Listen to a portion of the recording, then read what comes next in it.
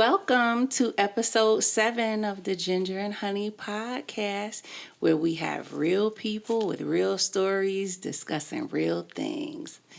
I'm your girl, the Lioness. And I'm your girl, Nick Valentine. And today we have a guest who I have known for decades now, Miss Kiam. Hey. And she's also known as the Queen of Glam.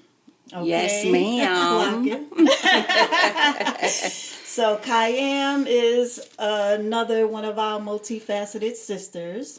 Kiam is a makeup artist, a hairstylist, has her own cosmetic line, Backstage Cosmetics, and she also is a former 90s dancer. Wow, that's a lot of things you just ran off right there. Yes. Wow. In TV, movies, videos. You know, when you hear somebody else say it, Yeah. it sounds different. Yeah, she It's got a like, bio. wow. Yeah.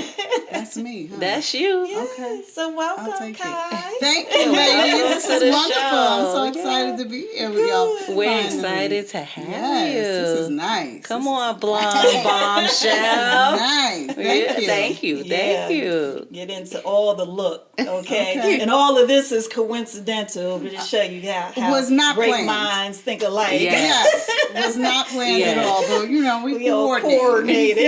Yes, I we love did. it. Yes, following suit. Yes. Yes, so like I said, Kiam, we will get into all your beauty. And you can call me Kai. Kai, You know you call yes, me Kai. yes. Don't be all formal.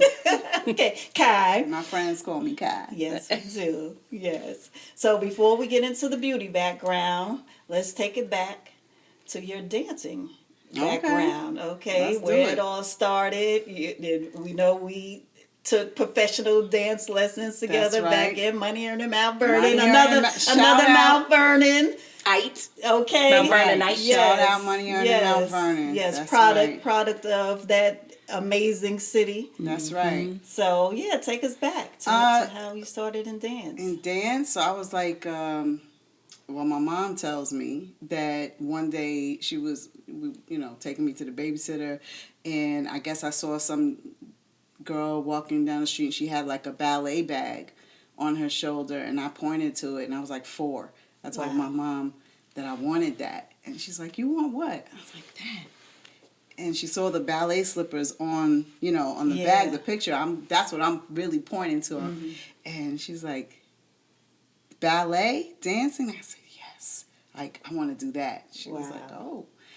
So, I mean, she found a way because, the means were not really there. Yeah. But, Schools are expensive. my mom, God bless her, she saw fit to, give me the desires of my heart and found a way to get me involved and found Hillary Kelly, the Mount Vernon Ballet Company, which Mount Vernon had a ballet company, at that time. A lot of people may not know that. Yeah.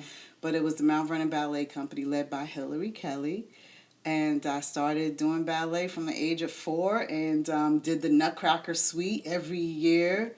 Yes. Every Christmas, that was, became a part of life. It wasn't Christmas unless we were doing That's the right. Nutcracker. Absolutely. I mean, It was a that was staple, yeah. embedded in my head. I could still recite I could sing the whole thing in my head, And those intense auditions. Yes. See what part you play. So I started doing that, and every year for, I want to say, up until I was like 15. Okay. Wow. I did that, yeah. And then, ballet, jazz, gymnastics, all of it. That was the one thing I didn't do. Was Gymnastics, yeah. I got into gymnastics, and then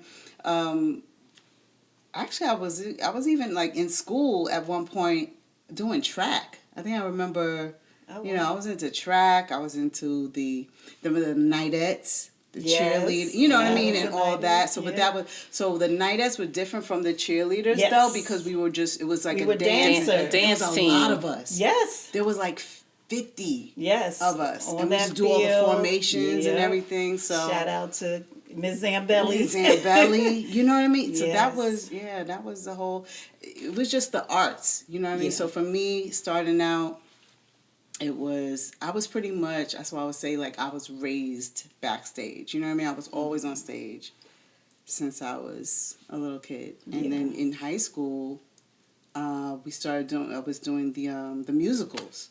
So then that was the singing, dancing, and acting. Yeah. So then I fell in love with that whole element too. Okay. You know, so now I realized that, oh, I do all of those. Yeah, things I like and wrap that. it up together. That's you know? right. Nice little bow. Yeah. Right. Yeah.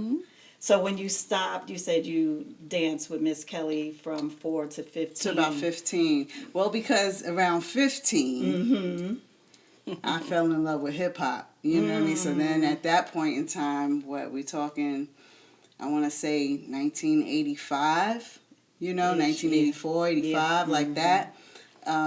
You know, and hip hop was, you know, we had at that time, I think, Big Daddy Kane and Bismarck and all that was out. Like, so that was it for me. I was like, yeah. He's like, I want that. This is me right here. Yeah. But I think even right before that, I was like 13 or 14, I started dancing with, what's his name? Anton Briley from Mount Vernon. And that's right. Anton with, you know, with Yeah. the popping. Uh-huh. And so he, you know, kind of pulled me into that world with him, with the popping and break dancing. Okay. And he actually, you know, my mom gave me some, you know, leeway and free reign to be like taking the train, going to the Bronx. He brought me to Africa Bambaata's house one time, yeah. And that was a journey. And so that's when we got invited to be a part of Beat Street through Africa Bambaataa. Yeah, I was only 14. Beat Yeah. Street. Yeah. Going to Beat. Yeah. like going to be in Beat Street, you know? Yeah. And so that was, and you know, at the time, you don't realize like how like iconic or how important that was gonna be. You know what I mean? Right. And so, you know, with Harry Belafonte, like that was big. Yeah. But I think at the time, I don't think I really grasped that. No, or not while we're realized- in it. Yeah, you know, never this is just, while you're in it. Yeah. It's so impactful to the culture today. Like it's absolutely. it's the history of hip hop. Yes, and so, but when you're making it, you're like you're a part of it, and you're creating it at that time.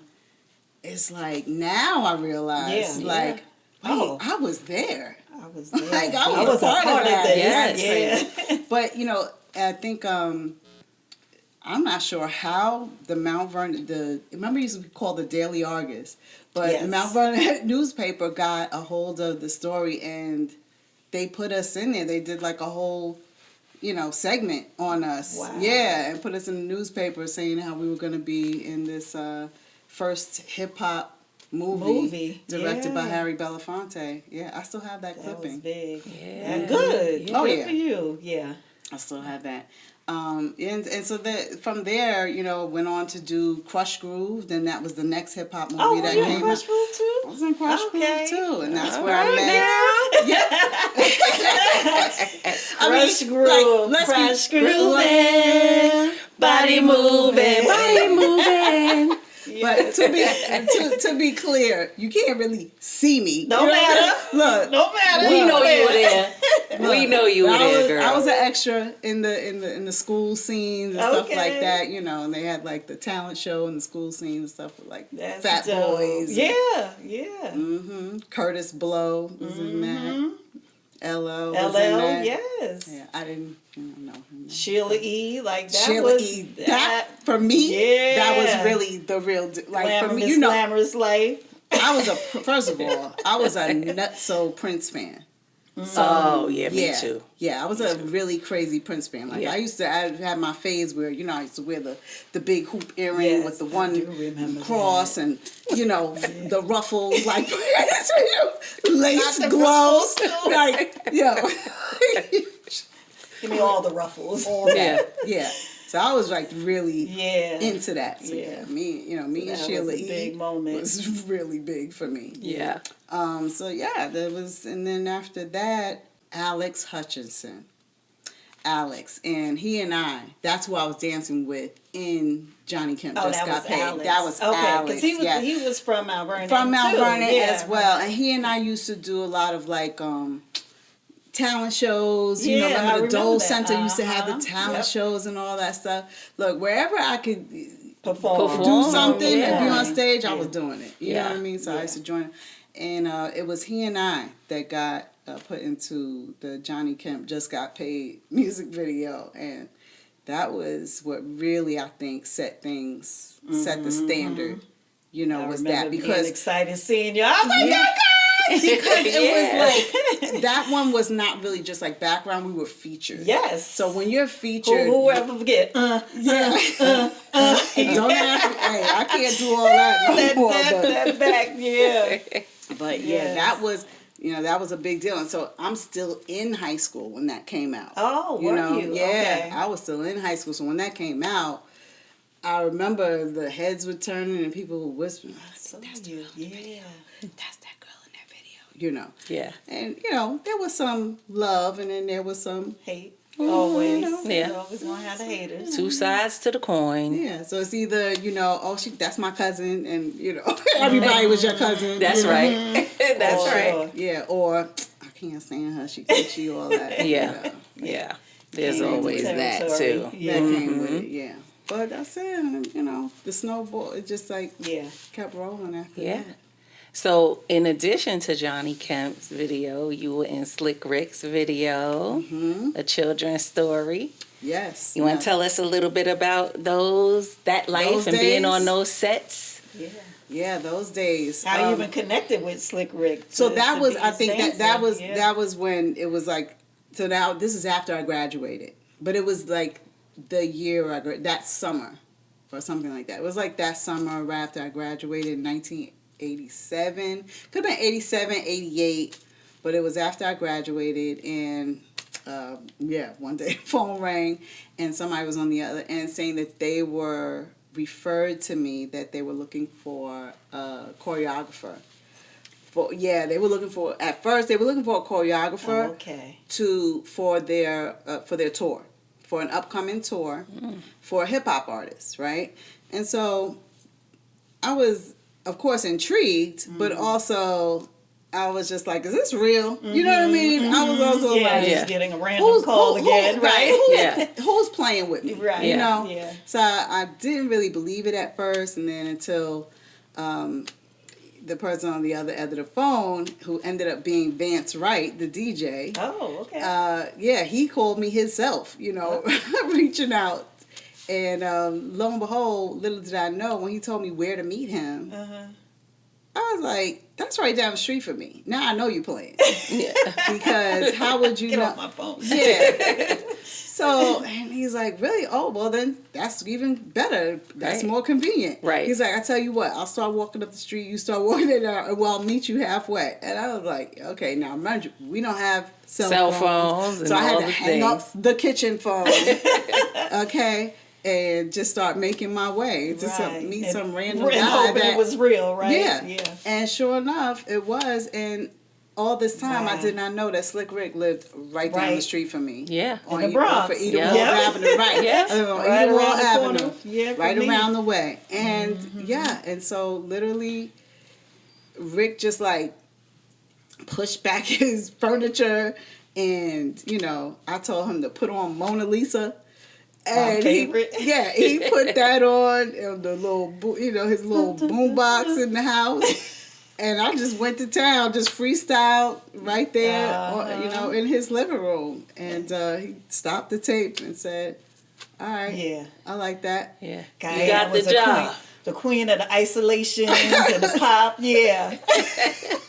I was just going for it. I don't know what I Right. was doing, just off Right. the top. And we sat down at the table and, went over all the particulars. Now, mind you, I wasn't really prepared for that day. So it was just like this moment Yeah. just showed up. Yeah. And so there was also a lesson in that too, and like, but I also have been dreaming about it for a very long time. So you were prepared. I was kind of prepared Yeah. because, like when you dream about stuff like, oh, one day I want to be, big choreographer and go on to, so you dream and you think about these things, and you start to kind of think about, well, what you would charge, how I think I should be paid, and and stuff like that. And I always had that kind of right in my back pocket, just in case. I want to monetize. Yeah. It needs to be Yeah, I mean, lucrative. because for me, I knew that I had been working up to this point, so it wasn't like a hobby necessarily. Yes. I knew this was my career at that point in time. Okay. Yeah. So. And you were ready. The opportunity presented itself, and I was ready. And I wasn't sure that if I was like going a little too high on the what I was charging, but Rick respected it. Good. Yeah, Yeah. Rick respected it. His mom not so much. That's what they say. Shoot high. Yeah. And then you can Negotiate negotiate if from you there. need to. But Yeah. definitely over. Yeah. So but originally, like I said, it was for choreography. I was Right. being hired as a choreographer, not to dance. Right. So that came because he got a sudden pop-up show in Florida, and one day he called me. He was like, "Hey, what are you doing this weekend?" And I'm like, "Well, I was preparing to have auditions, for the dancers." He's like, "Oh, because I got a show. I was wondering if you can come." I was like, "Well, you know what? Actually, that might be good. So that way I can kind of get an idea of what it looks like, just to prepare, for choreography wise and stuff like that, staging and everything like that, to see how he operates on stage."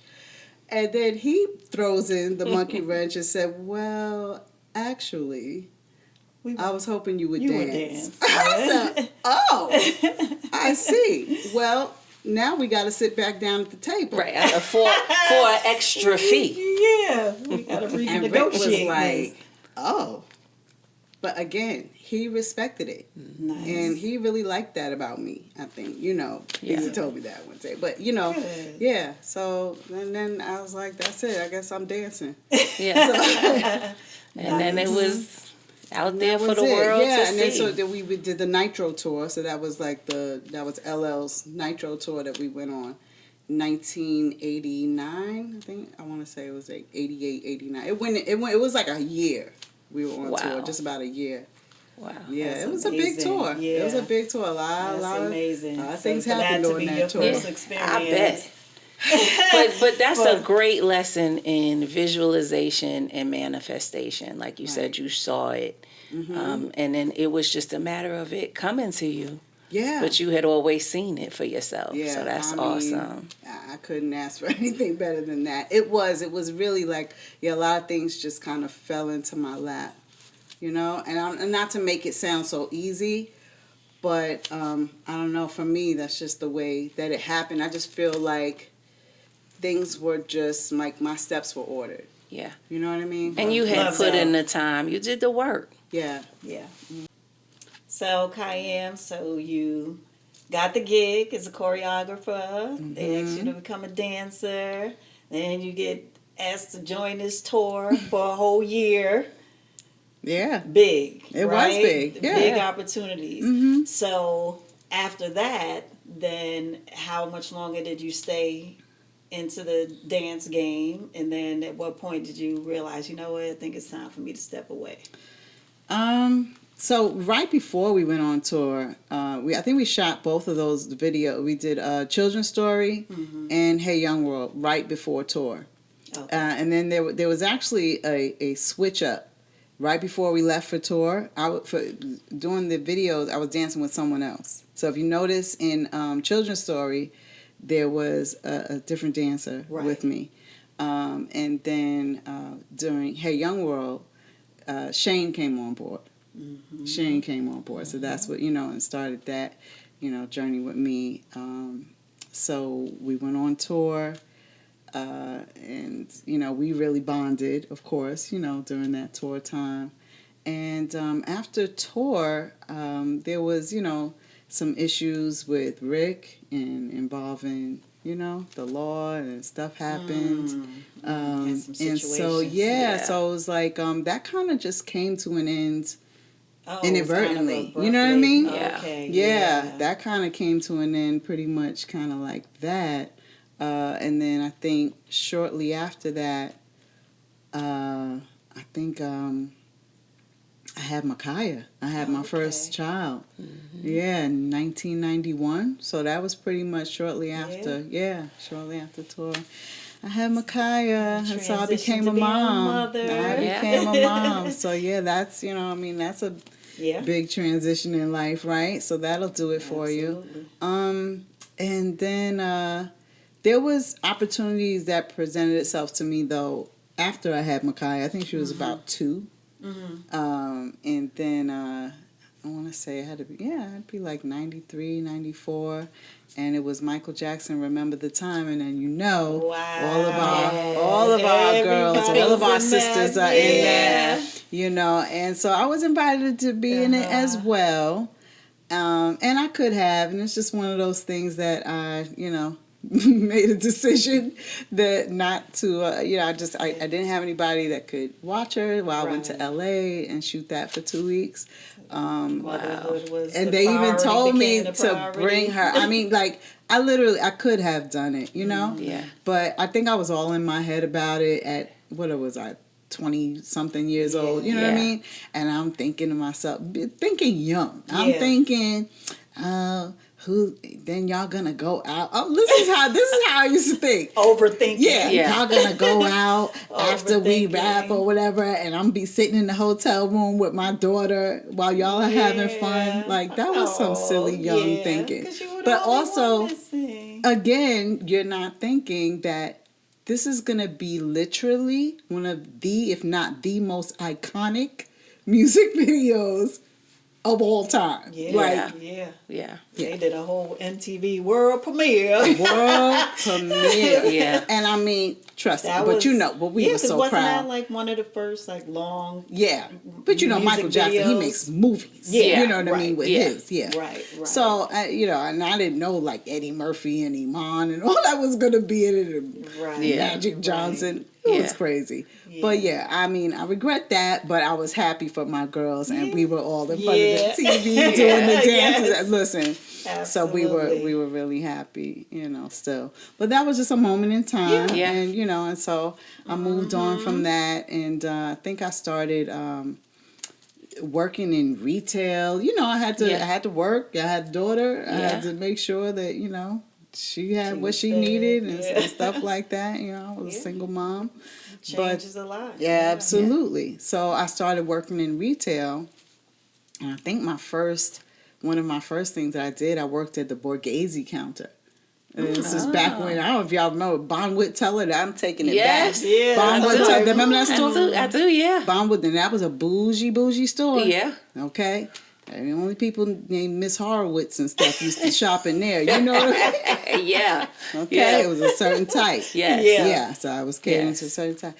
But they hired me, and, I guess I must have fit in there somehow.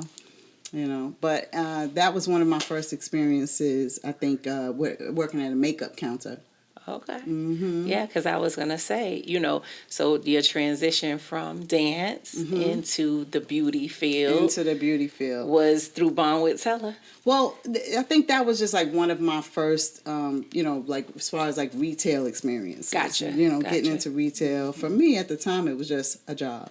Yeah. But then, of course, I worked at Loman's in Riverdale, and I worked in the shoe department. And at that point in time, I had an aha moment. And so there was this they had a major sale. There was shoes everywhere, shoes all over the floor. And I was just like, this cannot be what God has for me. It can't be. There's no way. I went from all that, what I was doing, to now I'm picking up shoes off the floor. There's no way. Yeah. There's no way I'm too talented. This cannot be it. Right? Yeah. So at that point in time, I was on my way home. And this is just how, the connection, how, God will give you the desires of your heart, and he will just, I just always felt led, right? And because I thought that, I feel like the next thing then just showed up. Yeah. And I literally got off the bus that day. Wow. And had to transfer, and right in front of me, there was a sign in the window of the beauty school at Westchester Beauty Culture in Mount Vernon.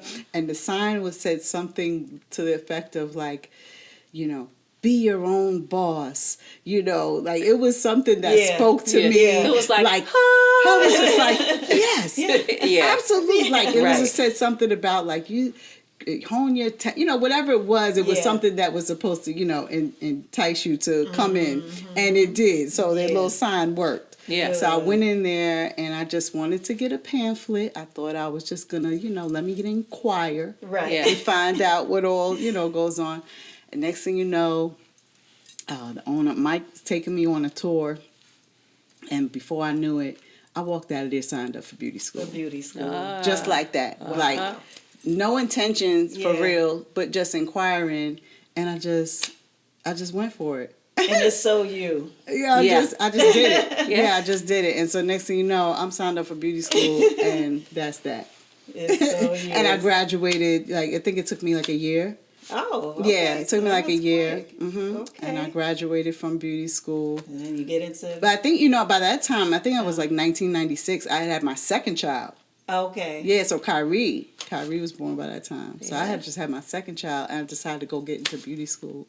But look at where it got you. So Yeah. And so you so- finished beauty school. Correct. Did you start in makeup first or hairstyle? You started in hair first. Yeah, I started doing hair first. Now, you know, mind you, when I was younger, I was also like kind of raised in a beauty salon because my grandmother, Earthly Charlie, in Tuckahoe had Beauty Rama. Oh, So okay. I'm like now going to be like kind of second generation hairstylist. Because my grandmother was a hairstylist as well. Yeah. And we see the hair is laid, colors popping, Thank you. Always. face beat.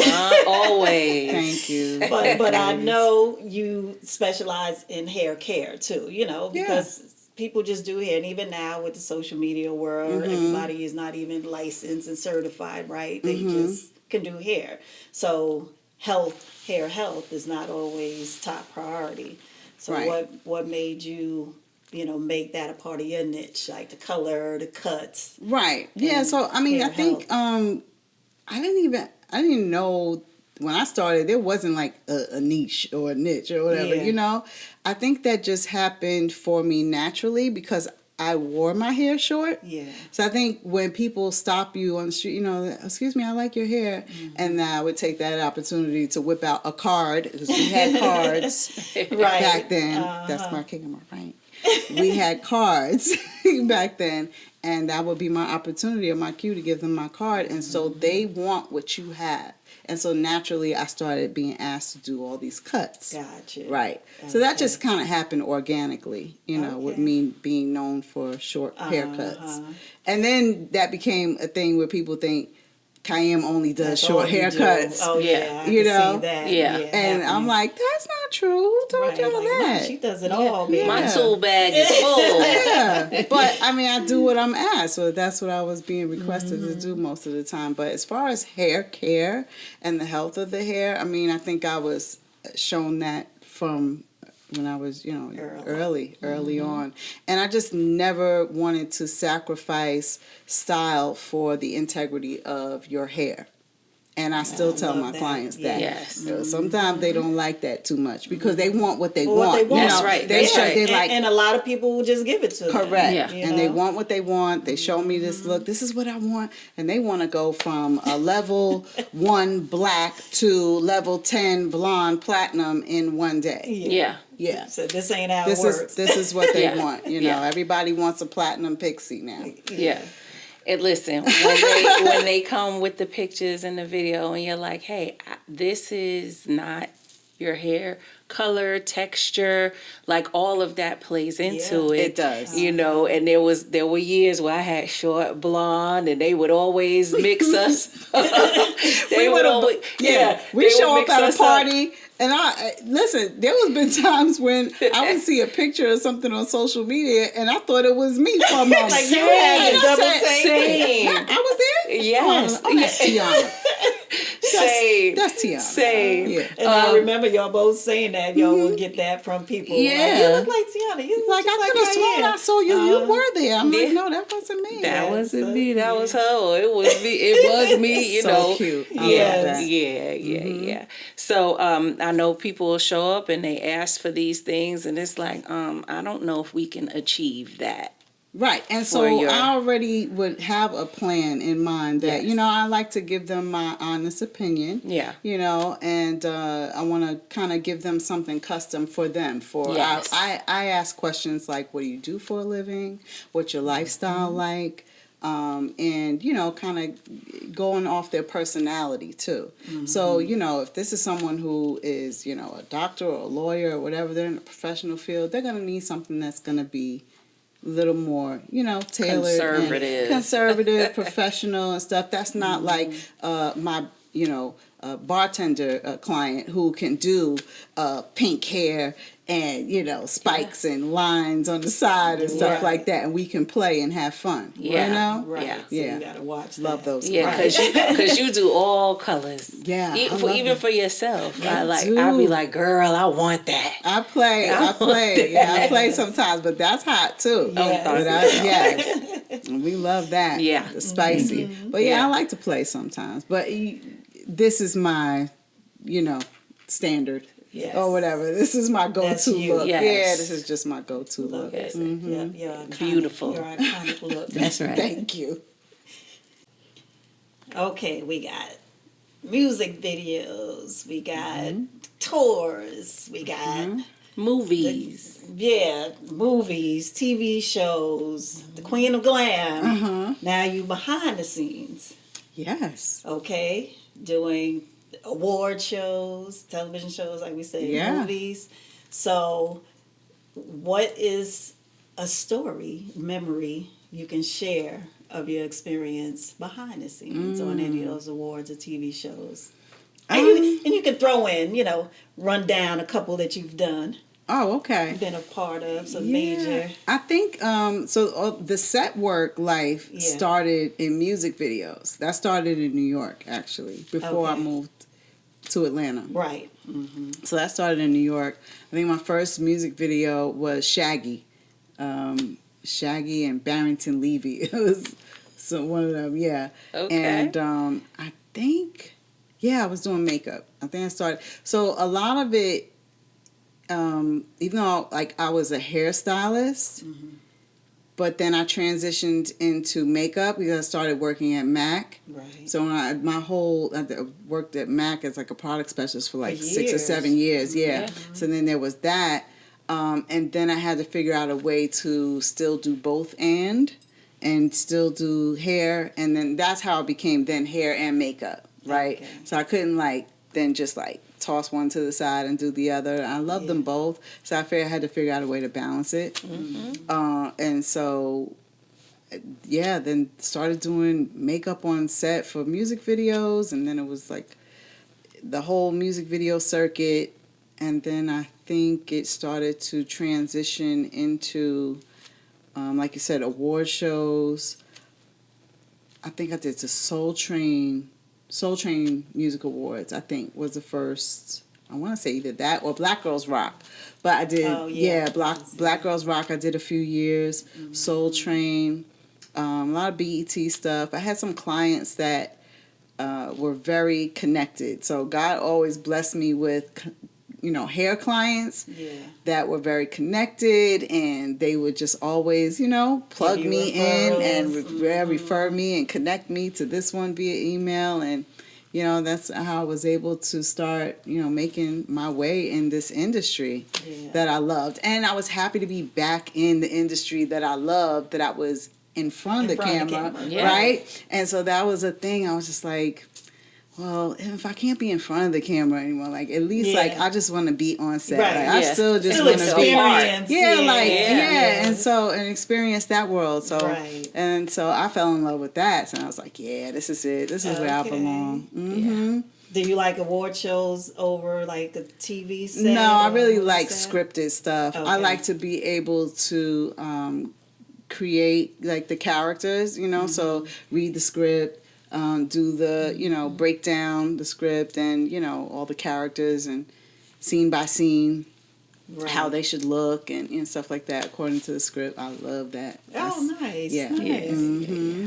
So, yeah, vast background. Yes. Okay. So, now that we've got into all the professional Kiam, Okay. we're going to get a little personal with you. Okay. Yeah, because life be life. Yeah. Yeah. Right. Listen. Yeah, for 'cause us all. yeah. For all of us. Mm-hmm. And, part of this platform, of course, is to share real stories and to hopefully connect with people in our audience that, your stories resonate with and even have been helpful, I love that. to people. So on that note, you have shared experience of being a survivor of domestic violence. Yeah. Mm-hmm. So you want to talk, and not into great detail, but if you can share at what point did you realize that was the situation you were in? Well, it's not hard to not. I mean, it's like I couldn't not recognize. I mean, I was surprised that I found myself in that kind of a situation. Of course, nobody purposely gets themselves involved in, a situation that is toxic or can become, potentially violent Because or a lot harmful. of people say it starts with little things that you brush to the side. I don't know if yours was the same. Little signs, little red signs. You're like, okay, little start to be controlling and stuff like that. But it was just like, at some point, you get to a point where I also felt like I had to take a good look, and you have to take a good look in the mirror and take some accountability as well as to how did I accept this for myself. Yeah. How is it that like this is not okay? You know what I mean? Yeah. And so you have to take a good look in the mirror and start to unpack some things, about yourself. Like, well, why did I even attract this? First of all, That's Yeah. real. Yeah. and there's always, of course, we can go back to, everybody has childhood trauma and stuff like that. Now we know that it's that. Look, we didn't know. Have a look, word for it, no, right? yeah, we didn't know what to call it. Yeah, it was what it was, right? Yeah. It's like, So, is this love? Yeah. Right. Yeah. And so, you have these images of things that you've experienced. Maybe that, my mom, I watched my mom, go through that. Right. Exactly. And so me being placed in situations where I was told, call the police. And then then somebody put the phone down. And you're like, wait, what? What am I supposed to do here? Yeah. And you love both of them. So you're like, what do I do? But then for it to then happen to me, come full circle, it's just like, okay, how did I find myself here? Yeah. I mean, my youngest son's father, it was toxic, And what gave you the strength in those moments to say, you know what, either breaking the silence by telling someone or convincing yourself? Well, I mean, in my situation, it was just event after event after event, and it wasn't anything hidden. A lot of it was kind of out in the open, Oh, wow. Yeah. Like done in a public Yeah, or like- physical? So a lot of it was obvious. emotional and like just totally dysfunctional, Okay. stuff like Yeah. emotional abuse, and then like as far as like inflicting fear, so threats, Oh, wow. fear, stalking, that kind of stuff, and then I guess when that didn't work, then it would resort to the physical violence. Physical. And unfortunately, my daughter had to experience that firsthand. I wish that didn't happen, but also that day, I thank God that she had the sense to, she overheard an argument happening in our bedroom, and she heard, I guess one moment she's hearing yelling, and then the next minute she heard nothing. So at that point, I'm so grateful that, she had the audacity, to go see what's going on. Yeah. Okay. 'Cause, She's like, what age now? I want to say like 15. Oh. Okay. And she's, I think, say like, well, that's strange how they was just yelling and arguing. All of a sudden, it's dead silence. Yeah. Yeah. And she bust in the room, and I was being strangled. Thank And I was God. already unconscious. So yeah, Wow. so that was of course traumatizing to her. Absolutely. And so she, I think I remember, and so then I learned that you can still hear when you're unconscious. Oh. Yeah. Wow. Did not know that. Yes, because they say like when you're dying that the That's last thing true. when It's people your hearing. it's like they say go talk to them by their bedside Yes. because they can still hear you. That's right. So that's true. Yes. That is So true. I found that out. So because I'm laying there, I can't move physically, but I could hear my daughter. This is the first time I'm hearing my daughter cursing. I was like, and in my mind, I'm saying, well, whoop her behind. Wait till I get up. Like, wait till I can move. She cursing, get the F out of my house, And so she saved me at Thank that God. point in time. Yeah. So, Thank God. yep.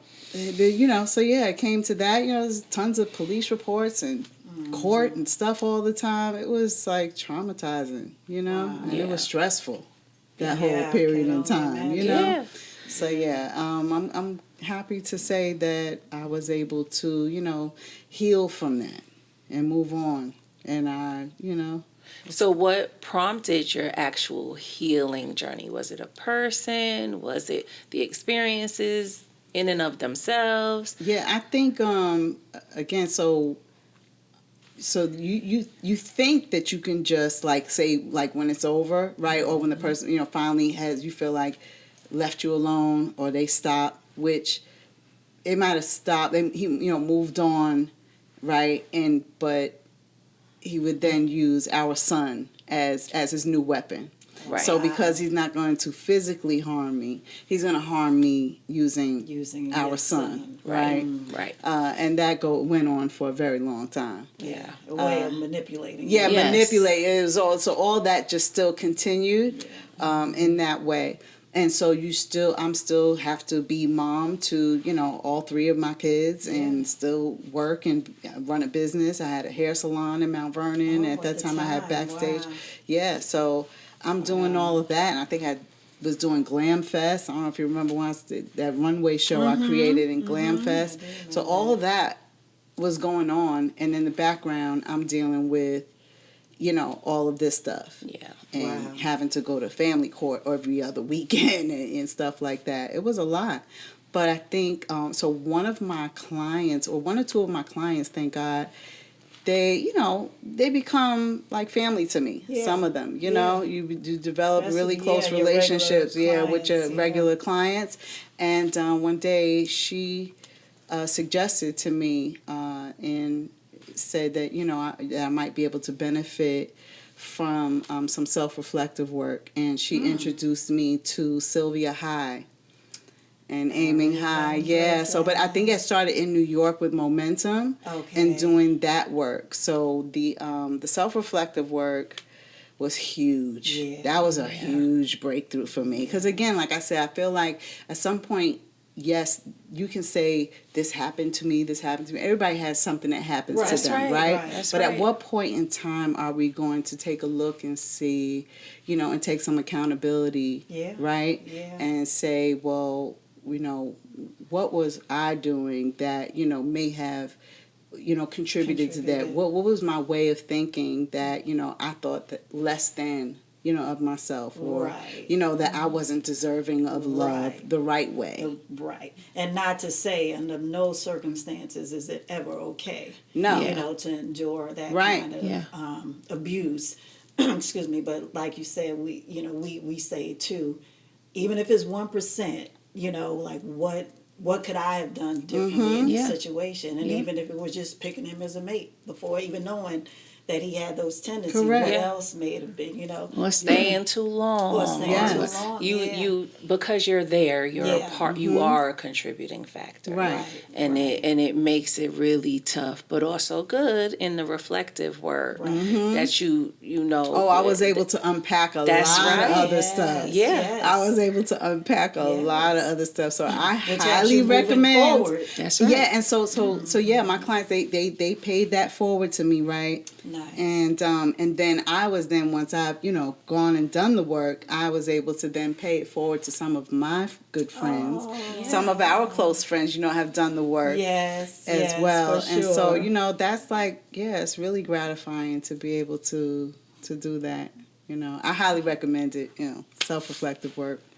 Absolutely. I Yeah, love that. it's Absolutely. good. It's good It's stuff. a necessity. It's good stuff, for real. And these- even if you haven't been through Right, just any in kind general. of- just in Yeah, general. and to be clear, like that doesn't mean that now you've done it, like you're healed, like you're perfect. Right, No. it's a process. This is an ongoing journey. Ongoing. Absolutely. Yeah, this is- absolutely. for life. Yeah. Yeah. These are just Yeah. they're tools that you can use to help you get through, Navigate. right, and navigate through Yeah. this ongoing journey of life that we're doing, right? Absolutely. Yeah. And did So you I love find that. that transitioning into the makeup and beauty industry, if that helped you in your healing process? Yeah, definitely, because you encounter so many different kinds of people, right? And so you have to learn how to what I call like style step. And because you're gonna find yourself in all kind of different spaces, so you have to be aware of how you're showing up. Yeah. Yes. So that was something that I learned too. Love that. Yeah. So we have a segment called Mirror Talk. Oh, segue right into that. Yeah, it was perfect. So what's one thing your younger self needed to hear that you now understand?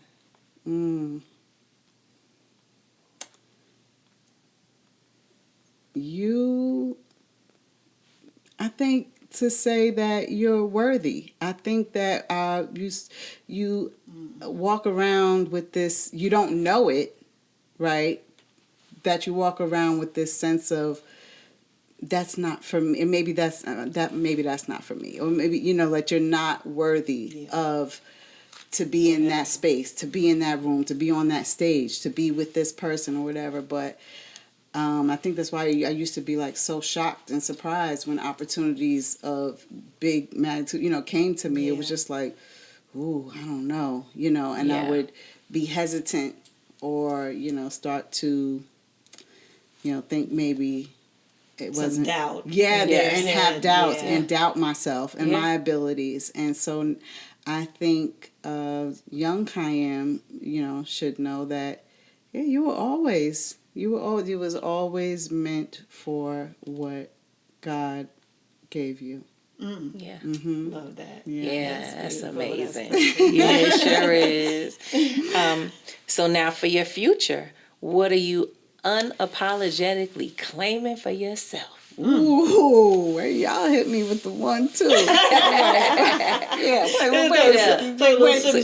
wait a minute. What am I unapologetically claiming for myself? I'm gonna unapologetically claim love again. Yeah, come on, love. I'm gonna claim, physical health. Yes. Physical health, love, and more joy, traveling.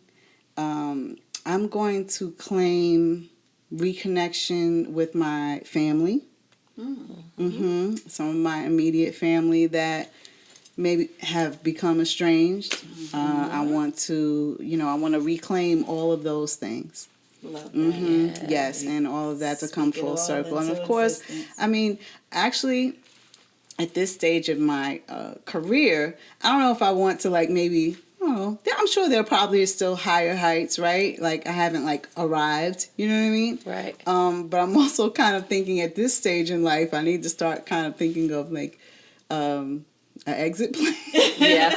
Like I can't continue to, obviously do all the physical because my job is physical, Yeah, right? Yes. very true. So, there's some things. I mean, I think I want to reviving Backstage Cosmetics, my cosmetic line. Yes. And so there's going to be some new things coming with that. I actually had this little pet project that's been Okay. in my heart.